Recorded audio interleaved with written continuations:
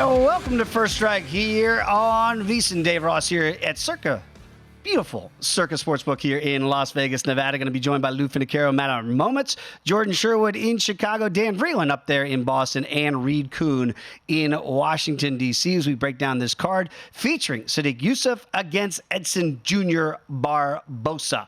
But without further ado, let's get to the man. You can follow him on Twitter at GamLou. He is the one and only Lou Finocchiaro. Lou, great to have you aboard on this Tuesday because we always try to find value early in the week before we get to the fights on Saturday, my friend. When you look at Sodiq Yusuff against Edson Barboza, you look at it and you go, well, Edson Barboza is just a guy we trust in the betting market. He's an underdog again to Sodiq Yusuff. At some point, you would think Father Time would start to show. What do you make of the main event? And do you think this is the time that it starts to show for Edson Barboza? Well, first of all, Dave, as always, thanks so much for having me on. As far as Yusuff is concerned and really how he's going to stand to compete with our friend Edson, I think your question hits the point of the matter directly.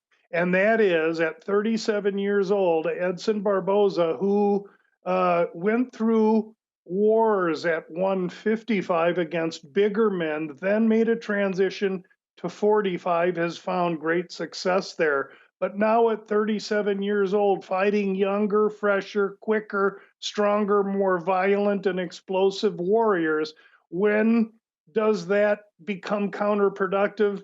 And I think it becomes counterproductive in this fight. Right now, we're seeing about plus $1.40 right now in the comeback on Junior Sodiq Yusuff right now, minus $1.66. So again, you look at the age difference, and that's normally one of the first tales of the tape there is 7 years junior here for Sodiq Yusuff, only with those two losses. What style? Because you look at the reach advantage here for Junior and the 2-inch height advantage. We know he wants to stay in range. That's what Edson Barboza does. He's got lethal leg kicks, spinning kicks, a variety of attacks that he can use. For Yusuff, is this as much as I got to get inside and make this dirty, and maybe even possibly, we know Edson Barboza does not necessarily want the fight to go down to the ground? I think the key to Yusuff, Dave, honestly, is some patience. Especially early when he's gonna, have electricity coming out of his eardrums.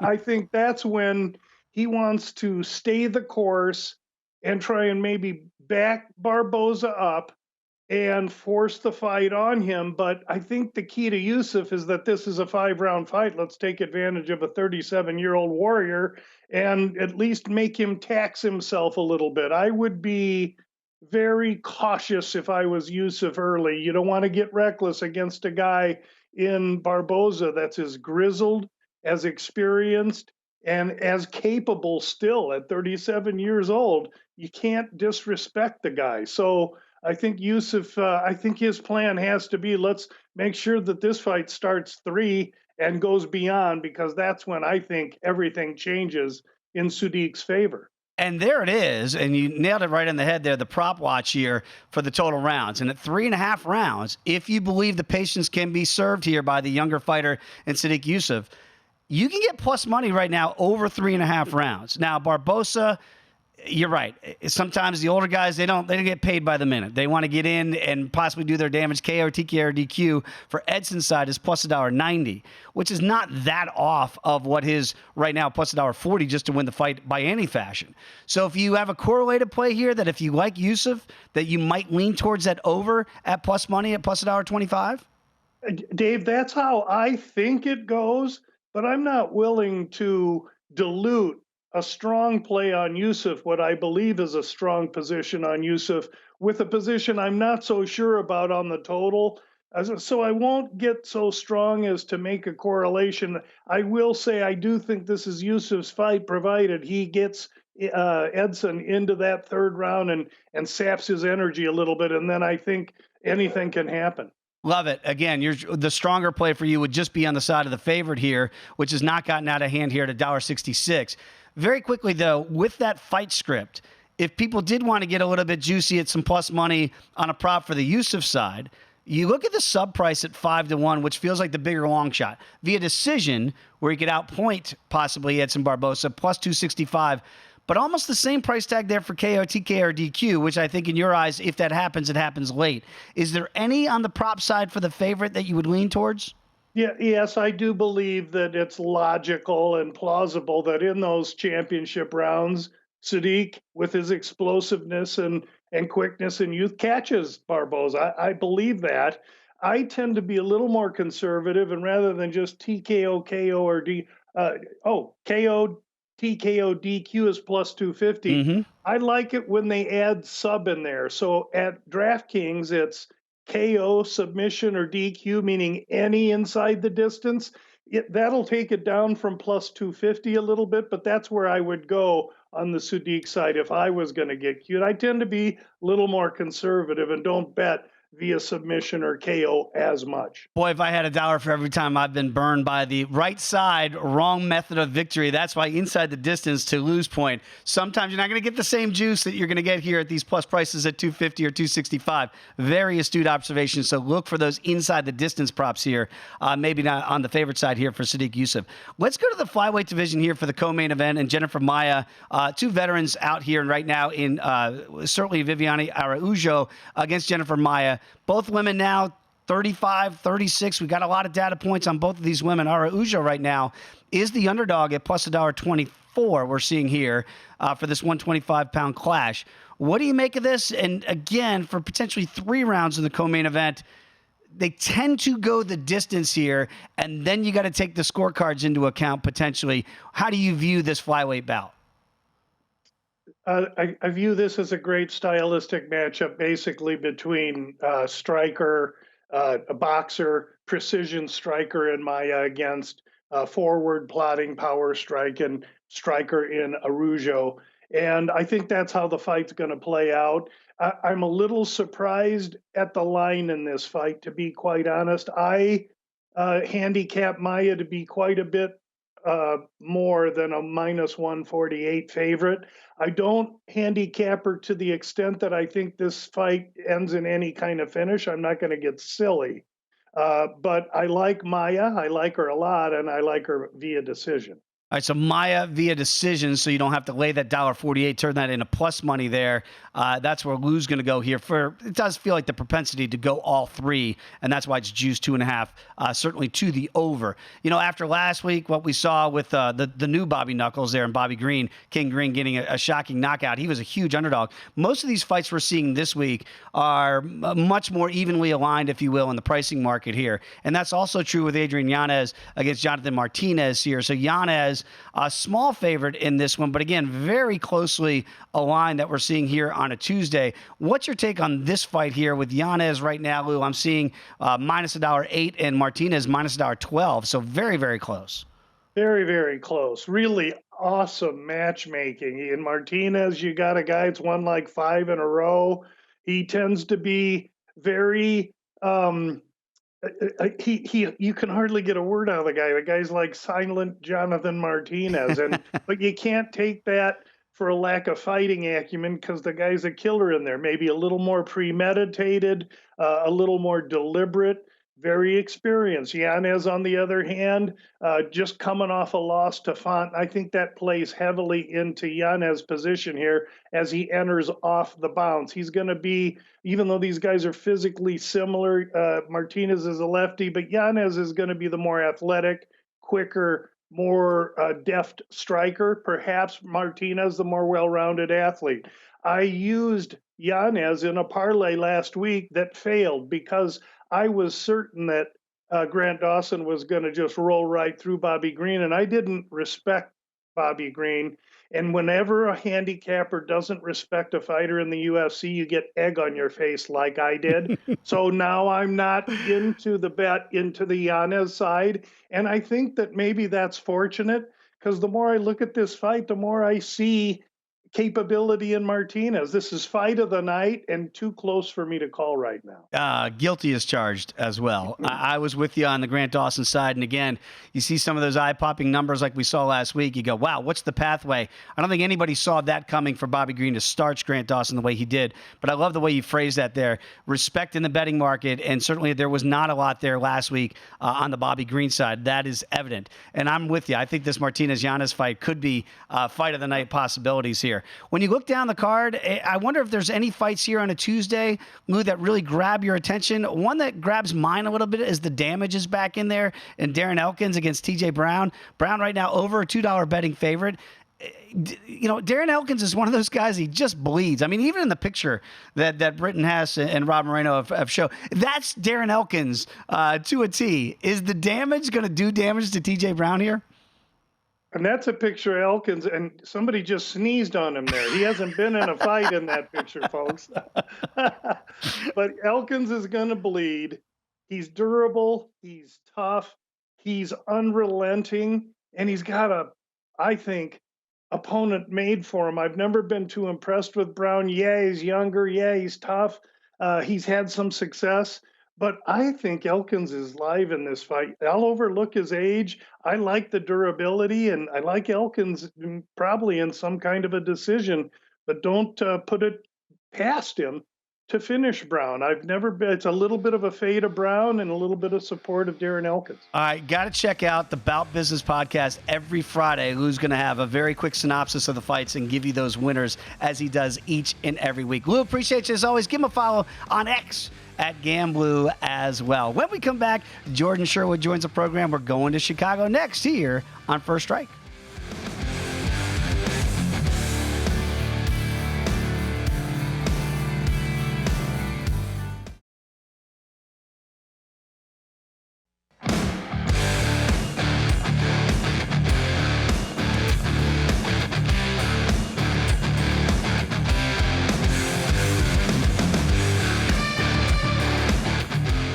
DraftKings Sportsbook is giving you plenty of ways to bet the UFC. Just download the DraftKings Sportsbook app. You're going to be able to bet on more than just the main event. DraftKings has great odds on fight lines, total rounds, and features for all MMA events. Eligibility restrictions do apply. See DraftKings.com/sportsbook for all the terms and conditions. I am Dave Ross here in Las Vegas. We are now going to the great city of Chicago to catch up with our guy, Jordan Sherwood. Follow him on X at Wood on ESPN 1000. And let's just start it off with, just get the elephant out of the room. Bears are back, baby. You got to win. You're rocking the Bears on your lapel there. I mean, how is the city of Chicago feeling, Jordan? I wish everybody got to experience Friday last week, because Bears Friday was unbelievable in the city of Chicago and ESPN 1000. The Bears could do no wrong. They're going to the Super Bowl. They're winning 16 games in a row. Boom. It does not matter. No, let's be real and honest here. It was a nice win. They played extremely well. They got the monkey off their back, 15 games in a row losing. But now reality sets in. They're still underdogs at home against a team that doesn't have their prolific wide receiver. So we'll see. We're optimistic. If you ask me to pick a winner, I'm saying the Bears will win on Sunday. But maybe there's a little bias in that selection. Maybe a money line selection there for Jordan. But hey, celebrate Chicago. It's been over a year. You should celebrate like it's 1999, as Prince once sang. Okay, let's get to another fighter that's close to the area of Chicago. He's in Indiana, right? But I think we all know, if you've ever lived downtown, you're not that far from the Indiana border. And that's the damage, Darren Elkins. And anytime he's a dog, boy, you go, TJ Brown, I don't know if I can back the fave here over a $2 betting favorite against Darren Elkins. Now, you look at the age difference, and maybe that gives you a little bit of pause for the damage, because he's taken a ton of it in his career, even on his chest. 39 years young against Brown, who's now just a young man at 33. What do you make of Darren Elkins at this stage of his career? I think we know who Darren Elkins is. He's a guy that's going to have a high motor. He's a guy that's going to be in your face. He's going to be bleeding profusely at some point in the fight.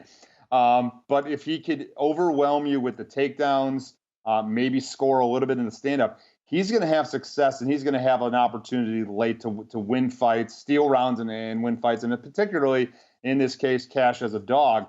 I'm just surprised on how big of a favorite TJ Brown is. I mean, I've been a big fan of his. He's always in an exciting fight.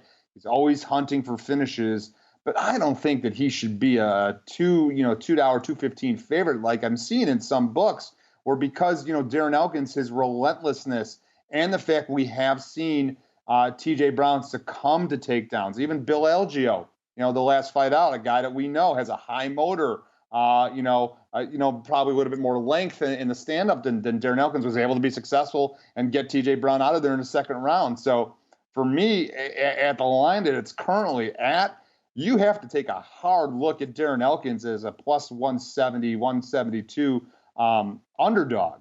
If that line comes down, maybe I understand it because TJ Brown's explosive. Elkins is getting up there in age, as we just alluded to, Dave, and he could take some damage, no pun intended, and get put out of there. But you got to look at stylistically. He's going to have an advantage there on the ground. We're looking at some of these DraftKings numbers here. Win by finish is the one that hops out. And you mentioned TJ Brown always looking for and hunting for said finishes at plus $1.75. Elkins, the other side, plus 365. Because look, 10-1 for the damage to get him out of there, KO, TK, or DQ, shortened almost in half to plus 550 for a sub. If you like the dog, do you see this hitting the cards where he's plus 375, or do you look that maybe he can, if he hurts TJ Brown, gets it down to the ground and looks for that sub? Is there a method of victory here, or are you just going to take the solid plus price for Darren Elkins, and that gives you all the outs, including a decision? I think I alluded to it. So right now, where it stands, straight money line is good because I think Darren Elkins can win a variety of his ways because of the pressure, the takedowns, and really also like the risk taker that TJ Brown might put himself in a precarious situation and allow Darren Elkins to get a takedown and get top mount position or hunt for the back. If the price goes down, if people are getting smart to the fact that Darren Elkins might be worth as a dog, then I think you look for the submission prop. Add a little sprinkle to that value because I could see Darren Elkins, being able to get a takedown, get the back, get a choke out of TJ Brown, a guy that we have, as we just saw, submitted in his UFC career. I think that's a very astute observation and a better way to even look at that there if you're on the side of the dog, as Jordan is here with Darren Elkins right now, plus $1.70. In the main event, it's very similar to what we're just talking about with TJ Brown and Darren Elkins. The age discrepancy between Junior Barboza here and Sodiq Yusuff, it is close, right? 7 years, very similar to the fight we just talked about. So you get the older guy in Barboza now as the dog, plus $1.40. And I mean, you can go back to the Khabib fight with Junior Barboza of just not wanting to quit or give in. We know how tough he is. But Sodiq Yusuff here is a solid favorite at minus $1.66. Is youth going to be served here, or is Barboza still dangerous at 37? Can it be both? Yeah. I'm not playing both sides here, but I think it certainly can be both. First and foremost, we have to see what Edson Barboza looks at the weigh-ins, because I don't know if you've seen these photos of him in preparation. I mean, he looks shredded. Like, he looks cut like we've never seen him cut before. And we've known that, for quite some time, it's been a difficult cut for him to get to, 145 pounds, opting to go from 155 to 145, after a majority of, spending it in the lightweight division. So first and foremost, what is Edson Barboza going to look like? And then on the other side of the coin, what is Sodiq Yusuff going to look like a year removed from his last fight inside the octagon? I mean, this guy is a guy that was a big-time prospect, and when he was finally given an opportunity to showcase that, he lost to another big-time prospect in Arnold Allen. So, like, Sodiq Yusuff has beaten the guys that he's supposed to beat, and Edson Barboza just, the ageless wonder, if you will, at this weight class, impressive against a guy in Billy Q his last time out, albeit that Billy Q really isn't, threaten the striking that Sodiq Yusuff would be. So for me, if Sodiq Yusuff is the guy, he's gonna dictate the pace, which would be smart. He's gonna have the advantage, as the fight progresses. Survive that first opening round from Edson Barboza, and then maybe he could start to take over into the later round. By the way, you were the first one last week to kind of alert me on X, and this is why you should give a follow to all of our people that we have on the show here, because you're watching those weights and those weigh-ins closely. And I was on the Alex Morono side, and I believe you tweeted that out. You said, oh, boy, he looks terrible on the scale. And I think that was kind of forecasting a little bit with what happened to Morono in that fight. So this is the type of fight that even if you might lean Yusuff today, you're going to look to see on Friday if that still bears fruit there based on what you see at the scale? Absolutely. There's too many variables with both these guys. Just Barboza's age, the fact that how he's been looking in photos, What's he going to look for this weight cut? And B, what does Sodiq Yusuff look like a year removed from it? I do believe this. I do believe that we could see, likely we'll see a finish in this fight. Both of these guys, prolific strikers. Both of these guys carry a lot of power. We know what Edson Barboza can do with the leg kicks. But I do believe it's almost a fight that's not going to end in the first round or two, but not going to go to the judges' scorecard. So can you play it like a Sodiq Yusuff wins round 3 to start? Or if you're on the Barboza side, same thing. I think we get into the middle tier rounds, but we won't see the judges' scorecard. So right now, to that point, Jordan, so you think it's probably aligned appropriately, if I'm picking up what you're putting down, that 3.5 rounds here, even though it's plus money at plus $1.25, you think there's some danger in that they could even start round 3 and maybe not get to the halfway point of it? Yeah, exactly. Because both these guys, with tremendous amounts of power, we know what kind of finisher Edson Barboza is. And obviously Sodiq Yusuff, also a guy, that has had some knockouts in his UFC and mixed martial arts career. But again, not against upper tier competition like that is, Edson Barboza is going to bring. So it's a unique main event, unique opportunity for Yusuff to show where he belongs at 145. And maybe to say to, Edson Barboza to say, hey, look, don't sleep on me. I still got opportunity to make some noise at 145. It feels like if there was a prop for what would be fight of the night, I wish I could bet that, because I think it's going to be Adrian Yanez against Jonathan Martinez. And this fight right now, very closely aligned, potentially 3-round banger here at 135 pounds. Do you see this fight ending, or do you think this is one of those rock'em sock'em robots fight and it might end up hitting the cards? Well, I think not rock'em sock'em robots. I think just stylistically, like strategy, like Jonathan Martinez maybe focusing on the outside, utilizing his leg kicks. Yanez trying to get inside a phone booth and scoring a little bit, but missing. But look, how has Yanez bounced back after he got absolutely his lights obliterated by Rob Font? Big step up in competition. And certainly, Martinez has looked good. He's won 4 fights in a row, but we saw against Davey Grant, he was winning that fight handily, overhand right, lights go out. So yeah, I think certainly it's going to be fight of the night for sure. Maybe round of the night would be the Terrence McKinney fight, because we know how exciting he is. Again, taking a guy on short notice, no one's ever heard of before, not a lot of tape on. But yeah, I agree with you. Fight of the night for sure, Martinez and Yanez. Got about 30 seconds to go here. Is there another fight on a Tuesday that you think you might find some value, whether it's prelim or main card? Well, I think you always have to pay attention to Michel Pereira. What round is he going to win on? Is he going to be explosive? And I think he's going to have the advantage against Prochaska, not be able to get taken down, and we could see his hand getting raised at $1.55. I think I see it at one book. Might as well grab that right now. All right, let's just hope he makes weight. Jordan, yes. We appreciate your insight as always, my friend. And again, the unnamed MMA pod there in Chicago. Give it a listen with Adam Abdallah. They do a great job. Jordan, appreciate you, my friend. When we come back, we're going up to Boston to catch up with Dan Vreeland next here on First Strike.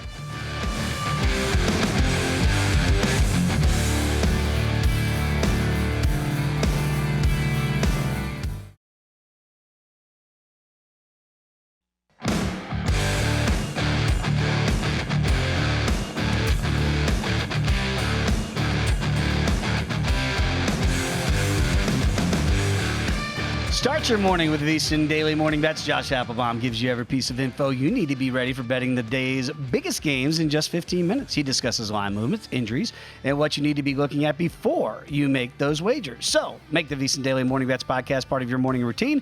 Download and subscribe wherever you get your podcasts. You can also get some podcasts that our next guest is involved with, Daniel Vreeland.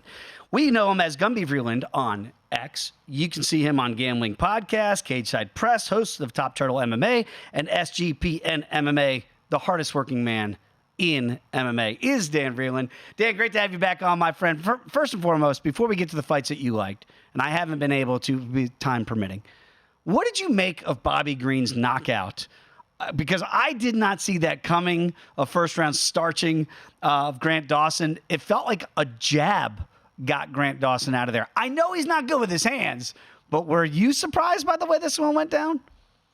I was surprised by it, but I think my biggest takeaway was not the power of Bobby Green. I think it was I come out of that questioning what Grant Dawson's chin looks like, because if you go back and you look at all of his fights, there's not really a power puncher in there that scares you. You know what I mean? Like he had a little bit of trouble with Ricky Glenn at one point in time, Yeah. and the power of Ricky Glenn, which in retrospect is, maybe should have been a bigger of alarm for us. But I think at the end of the day, I'm not here ready to say that, like, let's talk about the resurgence of 37-year-old Bobby Green.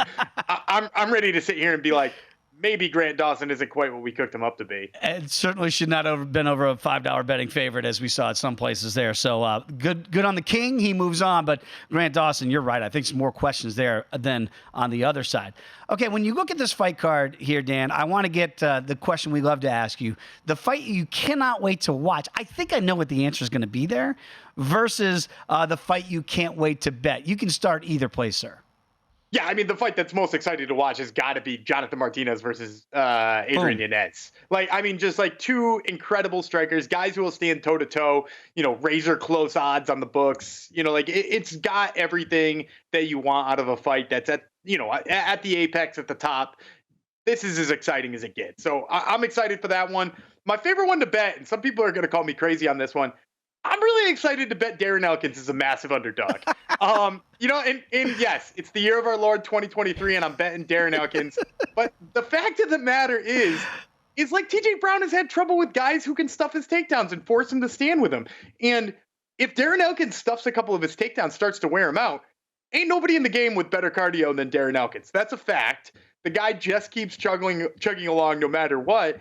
And so if he stuffs a few takedowns, makes TJ Brown work a little bit, there's no reason not to love him at almost a 2-1 underdog. So, yeah, give me Darren Elkins all day and twice on Saturday. Okay, to that end, because it's so interesting, because I think some think, and I feel like Darren Elkins is very alive, at least with so far our panel here on First Strike, that even if it goes down to the ground, that might not necessarily be that bad for Darren Elkins. Like, TJ Brown is supposed to be better there than Darren Elkins. But if the damage can inflict a little bit of damage, couldn't you see a scenario where a bad shoot by TJ Brown leaves something exposed possibly for a sub price too?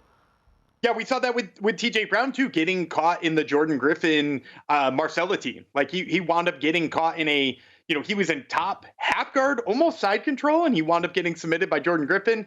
And for me, I don't think necessarily that Elkins will fall into that, because Elkins isn't the type of guy who like jumps on a guillotine that he clearly doesn't have, or goes really after it. I do think his submission skills are really high, but I think you usually see him from the top game. I think probably the biggest issue here, if TJ Brown starts shooting bad takedowns or starts getting tired, is a bad shot will lead to a big sprawl and then ground and pound on top for Elkins. So I'm probably staying away from him on the sub price, but inside the distance is probably worth a look for me, because I do think, Darren Elkins has always got the chance to get anybody out of there. His price is already good, so you might want to sprinkle a little on that extra piece. But yeah, like he definitely could finish TJ Brown here. Love it. So again, inside the distance for the damage would be plus 365. KO, TK, or DQ. Just throwing it out there. 10-1. 10-1 on the damage. It's so sweet. Absolutely is. Okay, let's get back, because sometimes the obvious fight is the correct choice, as you mentioned, for the fight you can't wait to watch with Jonathan Martinez against Adrian Yanez. So Yanez coming off a bad loss, back in there against a guy that technically, with Jonathan Martinez, just really fun to watch. I think the track plan here is Yanez has to try to get inside a little bit, even though they have the same reach there at 70 inches. But you would think he wants to get inside. Martinez maybe keeping more distance. How do you see this one playing out? Yeah, I think at the bottom line is Yanez has to force him to trade with him. Yeah. Because if he stays on the outside and he picks apart and tries to play a counter-striking game, he's going to get outworked by Jonathan Martinez, and he's not going to land as much. But the fact of the matter is I think Yanez does go for it. I think that's ultimately what his problem was against Rob Font, and it was almost his problem against Randy Costa. Like, if you want to talk about times he's run into issues. And I don't think it's a problem against Jonathan Martinez. If he does run in there, get a little careless, try to turn this into a brawl. Jonathan Martinez is not a knockout artist. We're talking about this guy being on a 5-fight winning streak. And when you look at those 5 fights he won, he only finished like an aging Cub Swanson, and it was with a kick. It's not even with his hands. So if Adrian Yanez forces him to get in there and box, Yanez obviously coming off that loss to Rob Font, a little bit alarming, but he had 4 out of 5 wins in a row were by knockout. And the only one that it was Davy Grant, who's got a hell of a chin. So if you're telling me we got two guys who are going to stand and bang for 15 minutes, I'm going to take the guy with the KO power 9 times out of 10, especially when the odds are this close. So if you look at it, Danny, for both pathways to victory, maybe Adrian inside the distance or KO prop, Martinez via decision, because Martinez via decision is plus 275. Adrian KO, TKO, DQ, to your line of thinking, is plus $2. Would you look at those juicier plus numbers, or just take Giannis here to win the fight, and again, almost at even money? I think if you were looking to play Yanez by knockout, I think you'd probably want to sprinkle on the decision prop on the other side of it, just to make sure that you cover your bases, cut some of your losses if that does happen. Because I think if Yanez does win, it's going to be by catching Jonathan Martinez. We've seen Jonathan Martinez drop not that long ago, and I think that that's a good sign that he's got the ability to put him away. Because let's face it, Yanez seems to have the ability to put anybody away if he gets a hold of you.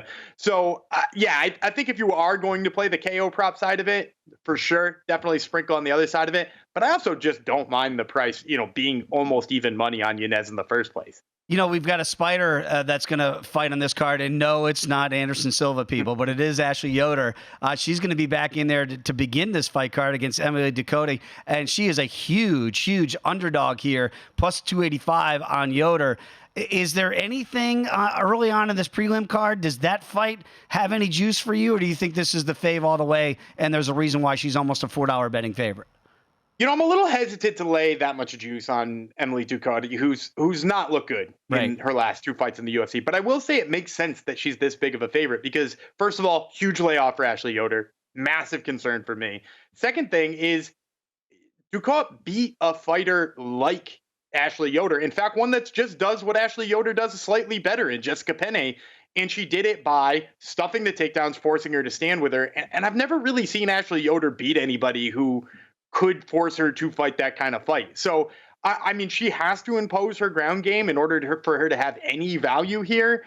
And I just don't see enough of that, especially in the way that Ducote dealt with Jessica Penne. So I think it's favorite here, but I am hesitant to pull the trigger on somebody who's on a 2-fight losing streak and didn't look good in either of them. All right, speaking of big favorites, Goots is back in here. Chris Gutierrez is back in the octagon, over a $3 betting favorite.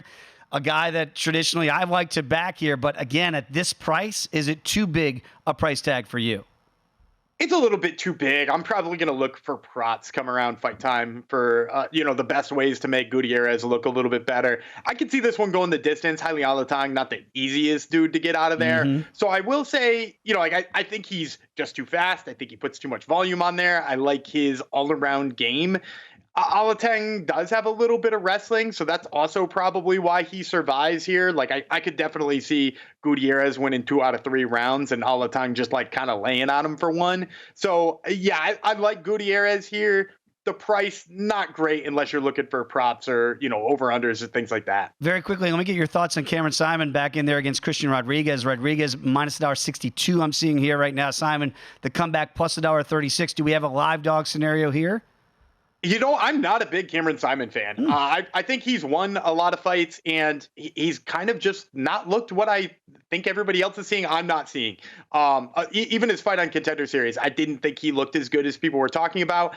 I do think, though, that there's value on him. And the reason is just because I think C-Rod is being bet up based on that Rosas fight. And I think we all know Rosas just ran out of gas in that fight. Rosas probably beats him, 8 times out of 10 here. And I think he's getting a little extra rub that way. So I might want it to come down before I bet C-Rod. But I do think C-Rod is slightly better, but the value is just not there at that price right now. 20 seconds to go, Dan. How are people handling the Patriots start to the season?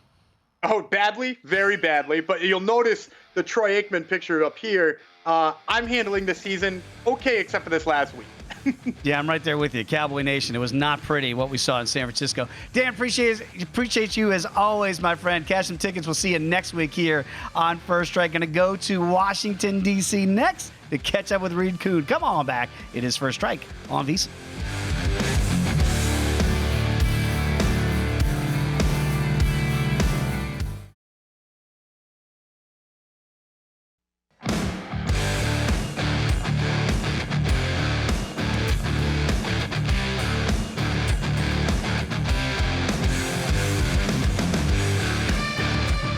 We are going to Washington, D.C. to catch up with Reed Kuhn. You can follow him on X at Fightnomics. He's the author of a book of the same name.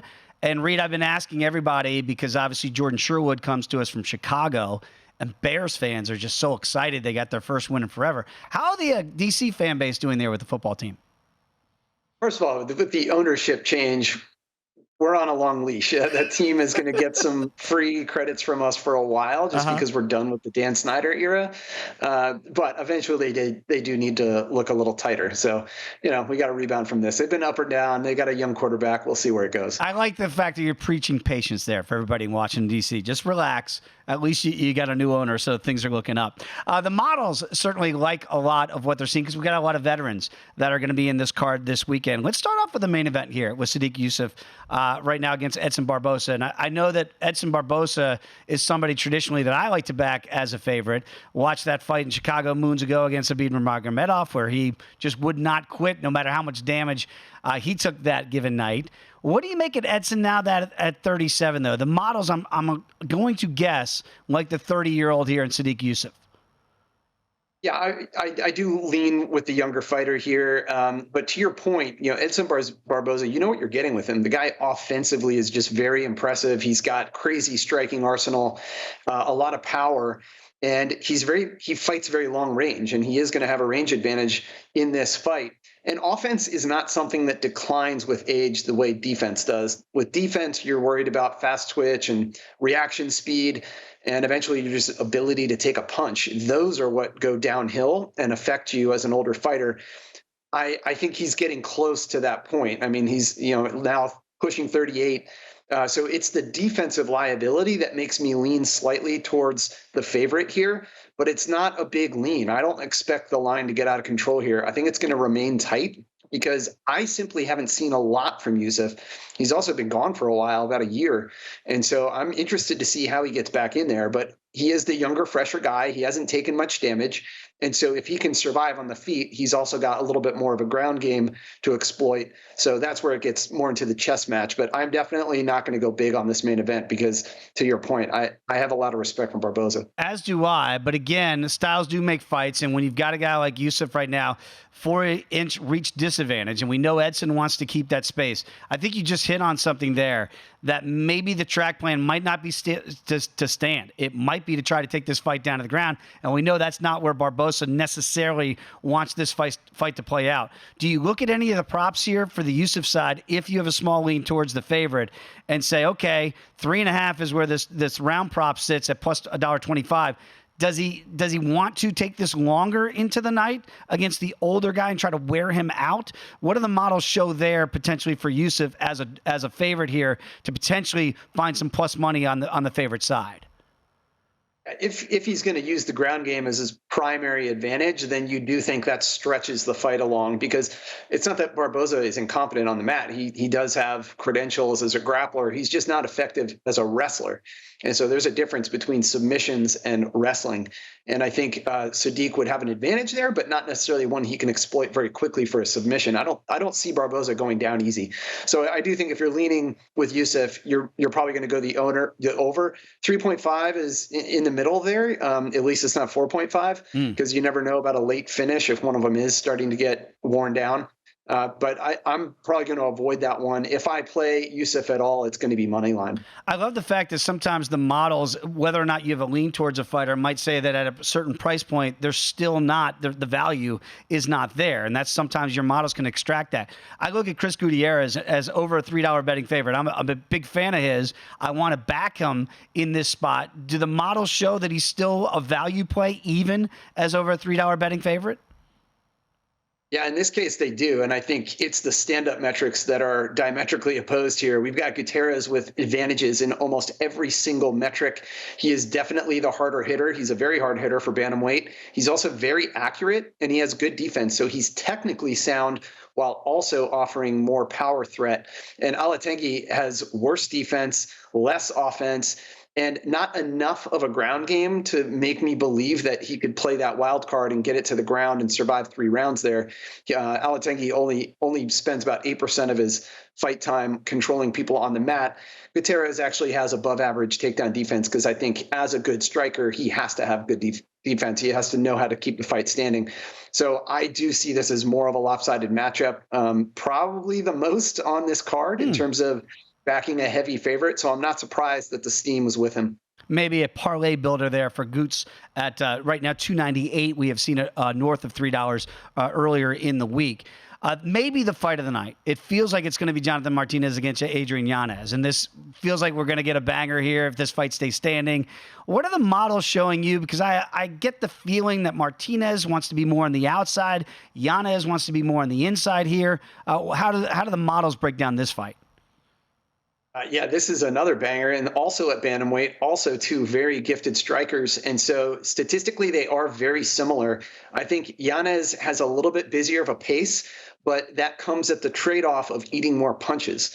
And so I think I would lean towards Martinez as nearly a coin flip in terms of I see value in plus money, right? So they stack up very similarly in terms of the striking metrics. Neither one of them is particularly eager to go to the ground. So I see Martinez as holding his own and maybe maybe being the first one to land that big shot. There are 12 career knockdowns between these two guys, and Yanez has done it in less time, but not necessarily the same number of strikes. So I actually see enough advantages with Martinez as having better defense, just as much of a threat of power. They're the same age, same size. So if you're going to give me plus money on an otherwise very similar matchup, I'll go with the plus money. Do you see a lot of finishing potential? Because right now the marketplace is saying the under 2.5 is juiced at minus $1.50. If you think it can be rock'em sock'em robots and maybe sleepwalk your way somehow to a decision, you can get plus money right now over 2.5 at plus $1.20. Do the models show finishing potential with the power these guys have? There's a lot of power, and they are not they're not invincible. Okay, these guys have taken their own damage over the years. They've suffered 5 total knockdowns among them, even though they've delivered 12.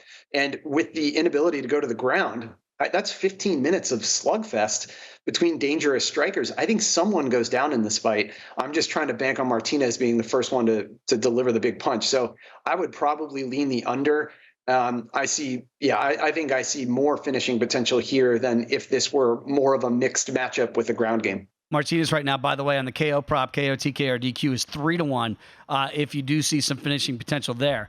You mentioned damage, and then, of course, that makes me think of Darren Elkins, who's back on this fight card here. And he is a bleeder. We all know it. We even put it on the graphic because that's just who Darren Elkins is. Against TJ Brown, it feels like the fun fight of the night. I don't know how much fun it's going to be for these two guys here, but you got a lot of data on these guys, both north of 30, Darren almost at 40. What are the models showing you here? Do we have a live dog in Darren Elkins? I have backed him as a dog before because of that grinder personality that he has. But this is an uphill battle, it seems like, against TJ Brown. TJ Brown, significantly younger. He has much better offensive accuracy. So when they are trading, it's going to be Elkins that's eating a lot more damage. And I guess that's his whole thing. That's the tattoo. That's the way he fights is to eat a lot of punches. But you can't keep doing that at the age of 39 and just taking all of these punches. I think at some point I looked it up. I think he's maybe in the top 10 list of total damage taken cumulative in his career, 319 minutes of octagon time. He has definitely eaten his share and more. And so you can't do that against a younger, very accurate striker in TJ Brown. And on the ground, they're basically identical. Maybe Elkins has a slight edge if he turns it into a wrestling match, but he doesn't necessarily always fight to his best strength. Yeah, and I didn't know when he got the tattoo if it was necessary. We all know who you are. Anybody who's watched the sport knows that you are the damage. That is for sure. One on the dog side that maybe the models are showing is Viviane Araújo in the co-main event against Jennifer Maia. Right now, she's a smaller dog at plus $1.24.